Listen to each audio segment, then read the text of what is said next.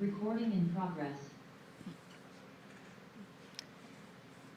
Well, friends, in the Spirit, grace and peace to you on this day. At least life isn't boring, I said to my husband, Bram, as we lay on our backs after having just told him the news of Finlandia's closing. We were letting the girls do a little more screen time than normal that afternoon so we could talk and process together before we would tell them later as a family. Comically, or this is kind of gross, you can decide, as I was telling him the news, like getting the first sentence out, he sneezed and needed to go to the bathroom to blow his nose. So he went in there, and one of our kiddos had left an unflushed present floating there. Just saying, this happens when you have kids. And I shook my head. I'm like, seriously, raising kids is like trying to evolve Neanderthals into Homo sapiens. And he came back and he said, well, he smiled, isn't that just what this situation is? I said, yes, apt metaphor. And then we belly laughed and cried. When I found out that we would not register students for the 2023-2024 academic year, that's how we had to legally announce it at first, I knew about it just a bit before some of the other staff and faculty. So the fact that as a chaplain to the campus, I'm sometimes kept into the loop of when our community might be in need of care. And if any, this was one of them. But after I got the call from my supervisor, a brief conversation, I had to return to the Zoom meeting that I was in with colleagues. One of my favorite groups on campus, and I was supposed to be taking notes. I was the secretary of that group, but it really felt in that moment that I was floating above my body in a moment where you already feel like you're floating in a Zoom room, you know, these floating heads, utterly groundless. All those beloved faces on the screen, they, along with me, their lives were about to shake, possibly crumble. It reminded me of a moment almost 20 years ago now when a room I was in was actually shaking. Perhaps I've shared this story, I can't remember. It was the day after Christmas, 2004, that would have been. And I was living in a one-bedroom studio in Nakorn-Sitamarrat where I taught English. I thought perhaps I had food poisoning from the day before indulging in rich holiday food, but last I checked, food poisoning doesn't make the hangers in your closet sway. So, what I was feeling was absolutely disorienting, as I've never have been a part of an earthquake, having grown up here in the good old Midwestern USA. But what I was feeling were the aftershocks of a 7-point+ magnitude earthquake that set off a tsunami that would affect hundreds of thousands of families across multiple countries. Laying on our backs still with my husband talking about the transition and the gears that were just starting to turn, I stuck my feet up into the air. I told Bram that my meditation teacher says that moments of groundlessness are instructive, perhaps some of the richest in our lives, for learning the nature of all reality. Great, I said. Inch by inch I'll grow. Welcome education, this is great. The closing of a university is not the death of a loved one, but it is a death. Death of a mission, death of a particular kind of possibility, death of tenure tracks and retirement plans, death of community. When I saw that I was up to lead today here at KUUF, there was a moment when I thought maybe I would call in Carol to pinch hit. It's a very tender moment and week right now. But then, heeding my teacher's words, I wondered if there was wisdom here in what we at FinU have been going through that might speak to other folks' journeys, not just your careers, but your spiritual life as a whole, especially when we face the inevitable unknown. In the Jewish tradition, the story of the ancient Hebrew people journeying in the wilderness for 40 years is a foundational narrative. After having escaped slavery in Egypt with Moses, their leader, they are now looking for a new start, a new homeland, a new security. But it's not immediately presenting itself. Lutheran artist and pastor Dan Erlander calls this period the wilderness school for the Hebrew people, where they would be tested and tried and ultimately learn what it means to trust their God. And it wasn't a time without its drama. At multiple points, food and water are scarce, and the people complain to their leaders. From Exodus 16, it says, the whole congregation of Israelites complained against Moses and Aaron in the wilderness. The Israelites said to them, if only we had died by the hands of the Lord in the land of Egypt, when we sat by flesh pots and ate our fill of bread. For you have brought us out into the wilderness to kill this whole assembly with hunger.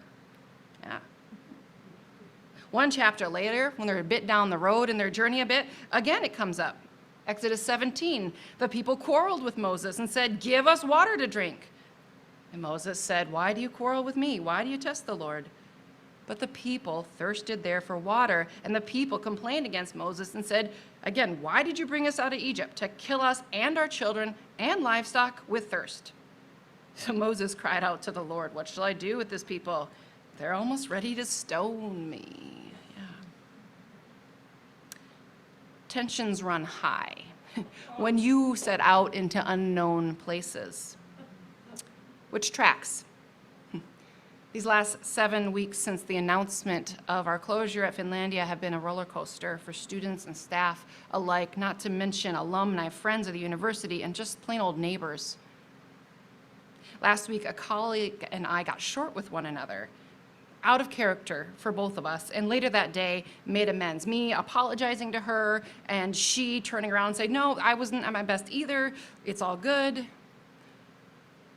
Isn't that how it goes in stressful situations? It's like the tension on a guitar or mandolin string, perhaps, when you pull it so tight, the smallest challenge to its integrity, which would normally make music, in this case leads the string to snap. Patience. Patience with self and others have been so critical and yet so hard to maintain because there have been so many unknowns. Not being able to see the forest for the trees is a real feeling as we have tried to plug along to just do the normal things of finishing a semester, to do our jobs, to teach or to study, while also, all of us, simultaneously transitioning our lives. Patience with self and others and an opaque process of shutdown has called us to be at our best during the worst of times, which has demanded we each find some sort of mobile stability. Mobile stability. You know, like a boat that out at sea drops an anchor, not to the ground, but just deep enough into the water so that while the ship may take on water, the hope is at least it won't capsize. For me, that mobile stability, that anchor has been my pastor friends, my husband, my parents, my siblings. They check in on me. They've given me space to take care of myself. They're patient with the fact that I cannot make much of any way of plans for the summer, where normally I'd kind of have every week laid out by this point. I wonder when the ground in your life has shook. Who do you hold on to? What has been your home base? The rabbi under whom I studied in seminary would say that after the Second Temple was destroyed in the year 70 AD in Jerusalem, the Torah became the portable homeland of the people. And I love that idea, not of the temple being destroyed, but of a portable homeland, spiritually. To have some consistency, some anchoring, no matter what comes to pass, albeit we know that anchor is actually an illusion, isn't it? As our friend Carol Grafford was remind us, all is ever changing and interconnected, that any of this is stable is an illusion. That, I guess, is what we would call perspective. And perspective from loved ones, from history, from religious tradition can be invaluable. The ability to get on the balcony, as some business books would say, is a gift. One of the first times I remember having that blessing of perspective came when I was about 17. And I was involved in basketball. You guys know, that's what I did in my childhood. We'd been rated #1 all season with a University of Minnesota prospect who would then go on to play there with Lindsay Whalen of all people, if you know who that is. It's a big deal. We'd only lost a handful of games that year, and yet there at regional finals just before state, we could not pull out a win. And my teammates were in tears. If weeping and gnashing of teeth ever applied to a group of teenage girls, it was there in that locker room, and yet, strangely, my eyes were dry. And I had this thought, I remember distinctly but in my mind, I said, will this really matter in 5 years or 10? I mean, like, we played hard, it's just a game. I didn't say those things out loud, however. Probably wouldn't have been the most empathetic of teammates. But I remember that gift of perspective then, and I've been searching for it now. This past fall, when I was at Drawla Mountain Center outside of Fort Collins, Colorado, for my Naropa study program, one of the faculty offered an evening session, optional, called An Ancestor Journey, or some other title. Intrigued and wanting to get the most out of my education, I attended, where, with the lights low and the meditation room music on, our instructor projected an image of trees, ones I'd never seen before. It was this gnarled variety that grows natively in the UK. Anybody know what that is? It's a yew tree, Y-E-W, a yew tree. I never heard of them. But apparently, they live for hundreds, even thousands of years. And so these ancient plants, think about it, have seen the rise and fall of generations of our kind. And it's with this image of yew trees, actually it was an image of a tunnel of them somehow, that he took us on this visionary journey to connect with our spiritual ancestors. That's a whole nother story. But I think of the yew tree now and in these days and their wisdom. That in the chaos and confusion that life transitions throw us into, what if you could sit amongst the long-growing wisdom of the yew tree and see yourself from their perspective? Indeed, if we had a yew tree on campus of Finlandia that had been planted on its opening day as a seminary, at 126 years old, it would still be considered young for that species. Do you find it helpful to ask yourself sometimes in 1 month, in 1 year, what will this all mean? Or is that gift of perspective something we only gain in hindsight? In liturgical Christian churches last Sunday, they all heard a famous post-resurrection story called The Road to Emmaus. In it, 2 of Jesus' followers, though not of the main 12, are walking home after the epic events of Good Friday, that first Easter Sunday. The news of the resurrection had either not yet reached them or they didn't believe it. And so, shaking their heads, they're walking home. They're leaving the movement. And suddenly a stranger comes and walks alongside them. And of course, we as omniscient readers know that that is Jesus, but the 2 don't. And they go on to have a conversation with the stranger about all that happened in the days previous. I say this, are you the only one visiting Jerusalem who does not know the things that have happened there in these days? They ask Jesus. What things, he says. About Jesus of Nazareth, they replied. He was a prophet, powerful in word and deed before God and all the people. The chief priests and our rulers handed him over to be sentenced to death, and they crucified him. But we had hoped that he was the one who was going to redeem Israel. But we had hoped. It's those 4 words that when I read this familiar text, I always get caught on, we had hoped. They never fail to echo loudly off the page, but we had hoped. Because for all the perspective that you can take in the world, hopes dashed are still that, hopes dashed. And it hurts. Whether it's hope for your health or family or hope for your career or for your community, we are human, and so we build up hopes. That's what keeps us going. And Finlandia staff and students have had to have so much hope over so many years, living basically off sisu and stubbornness. The financial existence of this little university has always been tenuous. And so that hope had to be equally filled with grit. Hope around Finlandia, and maybe I think in this copper country as a whole, is something like Rebecca Solnit describes, who I only found this quote because it was in my colleague Carolyn Decker's book, which you should pick up ASAP. It's a new one. Anyway, hope, according to Solnit, is this. Hope is not a lottery ticket you can sit on the sofa and clutch, feeling lucky. It is an axe you break down doors with in an emergency. Hope is an axe. I like that. But finally, this spring, there were no more doors of opportunity to be knocked down for Finlandia. And so the transition has come upon us. And like other griefs, we have been in various stages of acceptance. When I saw on Instagram pictures of our Finn U students at a Teach Out institution fair, my gut wrenched.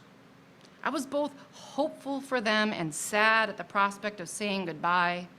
And indeed, as each student tells me about their next path of what they're going to be up to next, my heart does this two-sided dance. It's half a celebratory disco and half a funerary dirge.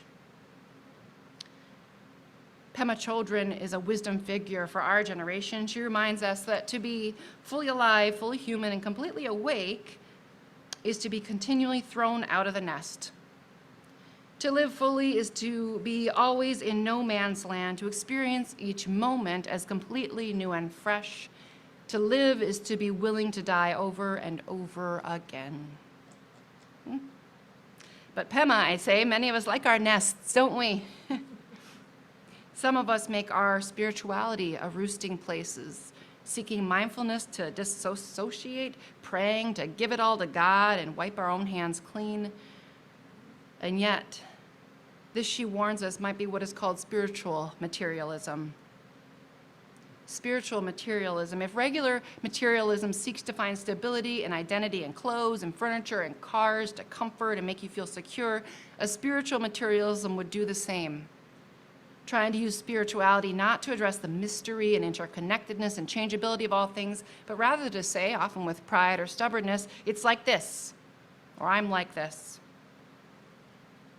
Children and my own teacher reminds us that groundlessness keeps us opening up, and the teaching to be found there will ever and ever and ever evolve. So, here I am, standing here, but lying metaphorically with my feet in the air, not knowing when they'll come down again, like many of my colleagues, still. This transition is a teacher. If the death of an educational institution can't lend instruction, then I'm not sure what can. And I suppose there's this thing called faith, or as I like to call it, trust, that all will be well, all will be well. All manner of things will be well, or so said the mystic Teresa. And so I will grieve. I will work to help others say goodbye. And I am grateful for this time I had at this rugged little school started by stubborn Finns, originally founded to form Lutheran pastors, something like me. Okay, maybe not like me, I'm a few points off the standard deviation, but you get the idea. The transition is the teacher. Inch by inch we grow with patience, perspective. And no, life right now is not at all boring. Amen.